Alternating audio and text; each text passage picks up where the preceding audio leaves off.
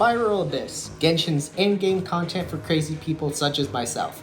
Almost guaranteed pain and suffering for the sweet reward of 150 gems per floor and more trash artifacts. This is how I descended into the Abyss and got 27 stars. Quick disclaimer, this video is not explicitly a guide and this is more for entertainment. While I will explain my overall strats, there are plenty of great guides by the Genshin community out there. I'll even link a few in the description that helped me out as well. Floors 9 through 10 are basically the same. The overall challenge in these floors haven't changed in the past 3 to 4 updates. It's basically a mini version of Dragon Spine where you have the accumulating cold effect building up unless you stand near one of these structures or these fire dudes. Overall, there's not much to these floors. You'll probably breeze through floor 9 as long as you have some level 80s on your team. Since most of these enemies have cryo shields, it's good to bring a cryo character on each team. At least, everyone out there has an Amber or XL, so, it works. Also, I'd like to share this moment where I took down the Fatui's shield, and then 2 seconds afterwards, he just got right back up. What the fuck, miHoYo? Transitioning into floor 10, I do want to point out one thing that I do for all these floors. In general, miHoYo has usually made the first half of these floor chambers with multiple smaller, easy enemies to defeat. You're not going to take too long to beat them. So you'll notice that I usually place Venti on team 1 since the crowd control with his ult is literal god tier, with only a few characters that could rival that. As for the second half, we encounter our first Abyss Herald of the video. My overall strategy for dealing with these dudes is using Xiao's burst to melt his health bar until we trigger the shield. Once the shields are active, they are literally immune to physical damage, meaning that you have to trigger a bunch of elemental reactions. The good news is once their shield is down, you're good. They just insta-die. Chamber 2's first half is the same as Chamber 1. Whenever I got down to a few enemies, generally I try to make sure that my characters have enough health, and ideally their ults charged so that when we go to the final chamber, we can literally just rush in and use our burst off the bat. As for the second half, this is where inexperience came in. Previously, the Abyss Lector was only available in the last chamber of floor 12, so I haven't actually faced one yet. And very quickly learned how much bullshit damage this guy can do.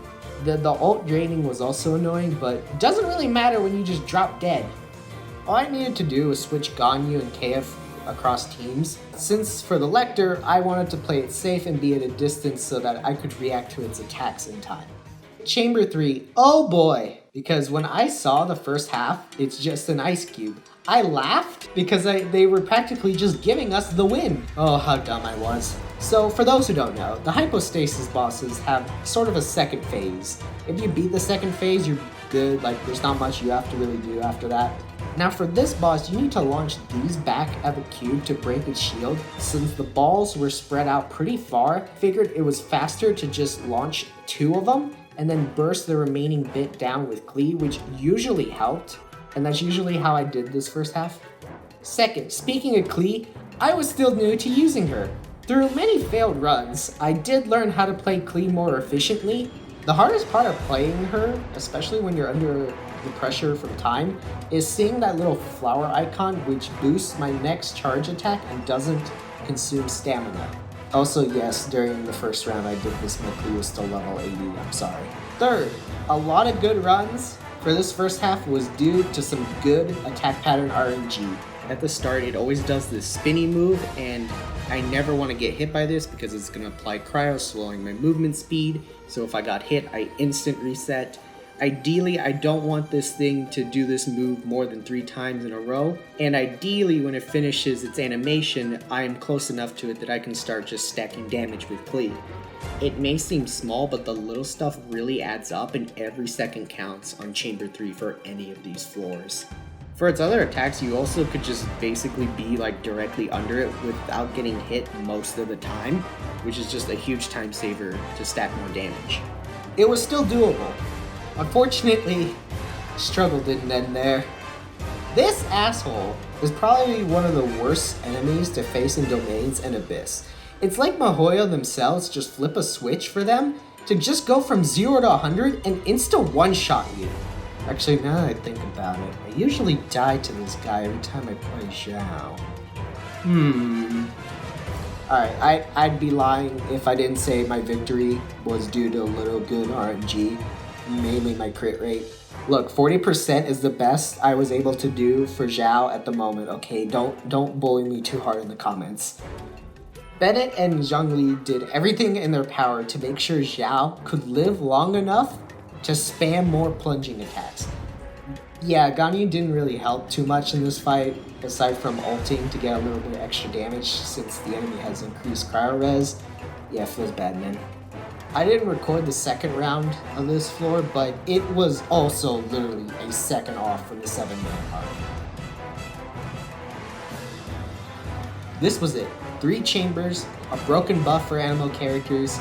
It was like the stars aligned, and there was very little that could go wrong. And then the first chamber was a target defense one. How did they think that was okay to even put it in the game? In all seriousness, compared to what's coming, this isn't even bad. It's just really frustrating to 3-star this one at times. Also, my recording messed up, so the only footage you've been seeing of me beating this chamber 1 with 3 stars is the 7-minute clip on loop. It's a shame because I literally brought a level 20 Sucrose for the second team because Animal Traveler's ult kept getting stuck on the target structure, the exact opposite of what I wanted. Sucrose proved so useful during this that I decided to finally level her up. I feel bad for leaving it off for so long. I mean, she is precious, and I will kill for her. Now, the first time I did this, I freaking destroyed the Fatui. They effed me so hard. But now, I effed them. For me, it's usually the hammer or animal boxers that are the more annoying, which is why I brought a physical Kaya for the first time I did this. Get shit on, losers, to my big brain strats.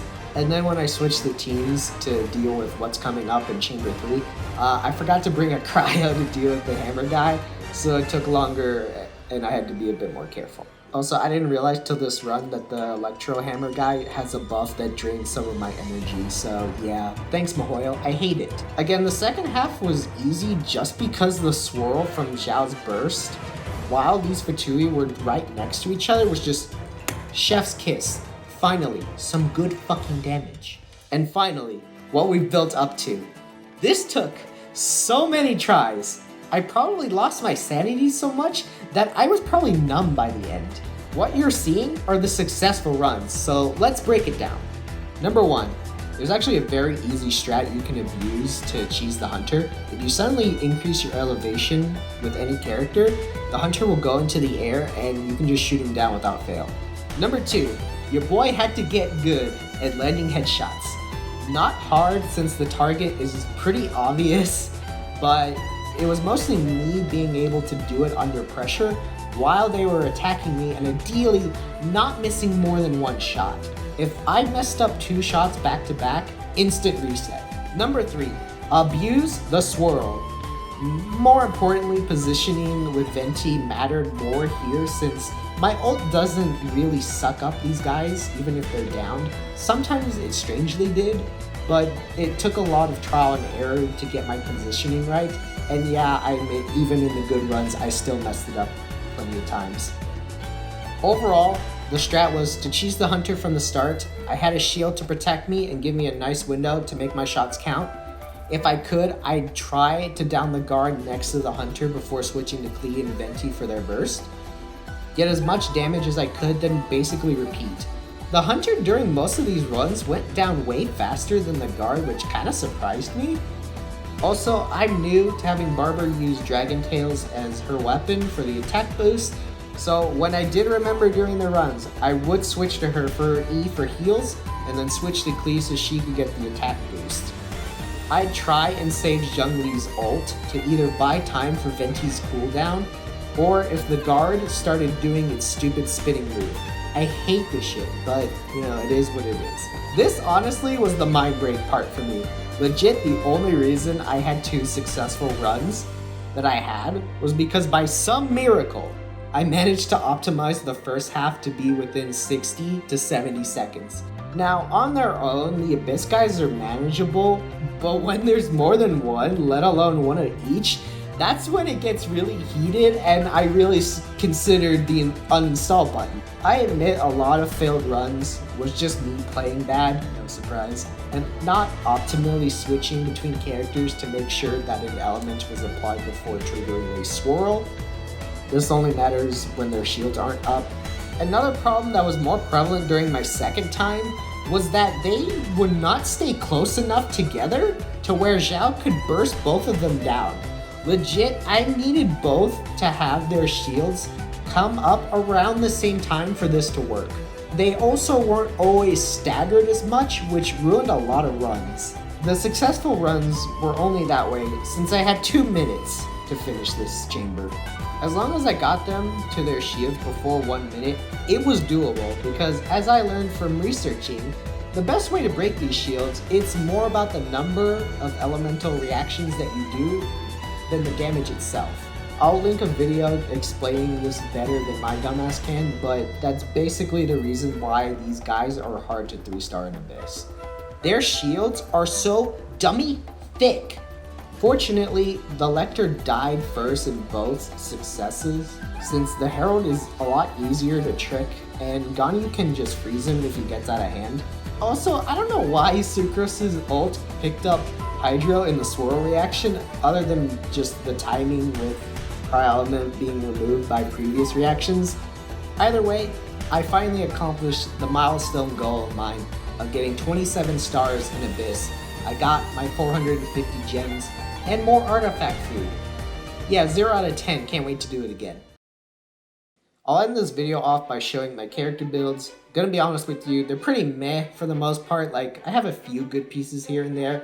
If you made it this far, please consider subscribing and liking the video. I really enjoyed making it, and you must have really enjoyed watching me suffer to be here right now. So maybe someday we will complete floor 12, let alone try and 9-star it.